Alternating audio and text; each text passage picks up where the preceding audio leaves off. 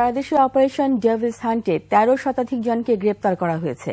এদিকে গাজীপুরের সাবেক মুক্তিযুদ্ধ মন্ত্রীর বাসায় শিক্ষার্থীদের ওপর হামলার ঘটনায় ২৩৯ জনের নাম উল্লেখ এবং আরও ২০০ থেকে ৩০০ জনকে অজ্ঞাত আসামি করে মামলা হয়েছে। হামলার ঘটনা এবং অভিযানে এখন পর্যন্ত গাজীপুরে ৮৬ জন গ্রেপ্তার হয়েছে। বিভিন্ন স্থিতিশীল পরিস্থিতি সৃষ্টির জন্য অনেকে আপনার বিভিন্নভাবে পায়তারা করছে, বিভিন্ন পরিস্থিতি ঘোলাটে করার জন্য অনেকে আপনার বিভিন্ন পরিস্থিতি সৃষ্টি করার জন্য অপচেষ্টা করে যাচ্ছে। বাসায় ডেকে নিয়ে গিয়ে যে আমাদের ছাত্রদের উপর যে হামলাটা করা হয়েছে এবং এটা যারা করছে এদের এগেইনস্টে মামলা করছে। আছে গাজীপুরকে কেন্দ্র করে যারা অতীত সরকার তারা ডিক্লেয়ার দিয়েছে যারা আমাদেরকে ঘুমাতে দেয় না, আমরা গাজীপুরবাসীকে ঘুমাতে দেব।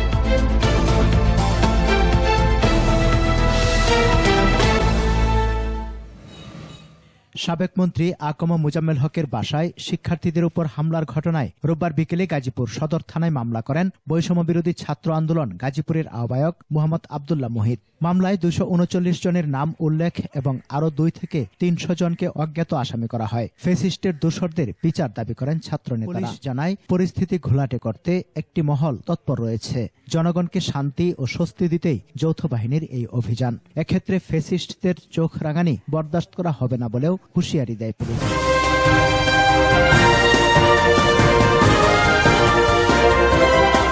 আমাদের কাছে ইনফরমেশন আছে গাজীপুরকে কেন্দ্র করে যারা অতীত সরকার তারা ডিক্লেয়ার দিয়েছে যারা আমাদেরকে ঘুমাতে দেয় না, আমরা গাজীপুরবাসীকে ঘুমাতে দেব না। যারা এই জনগণকে অশান্ত করতে চায়, জনগণকে অস্বস্তি করতে চায়, জনগণকে ঘুমাতে দিতে চায় না, তাদেরকে সমীচীন জবাব আমরা দিতে চাই। এদিকে আইন শৃঙ্খলা পরিস্থিতি স্বাভাবিক রাখা ও সন্ত্রাসীদের আইনের আওতায় আনতে শনিবার রাত থেকে যৌথ বাহিনীর সমন্বয়ে গাজীপুর সহ সারা দেশে চলছে অপারেশন ডেভিল হান্ট।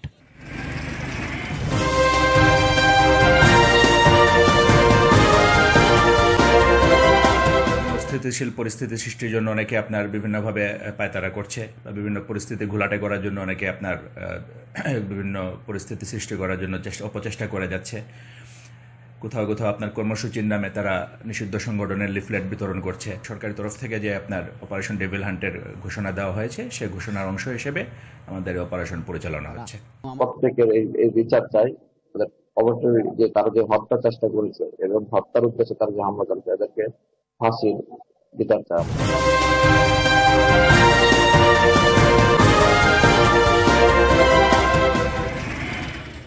বিকেলে রাজশাহী মেট্রোপলিটন সদর দপ্তর থেকে যৌথ বাহিনীর টিম বের হয়ে নগরীতে টহল শুরু করে। অবৈধ অস্ত্র উদ্ধার সহ সন্ত্রাস, চাঁদাবাজ ও অপরাধীদের ধরতে চট্টগ্রাম ও খুলনা সহ বিভিন্ন স্থানে অভিযান চালায় যৌথ বাহিনী।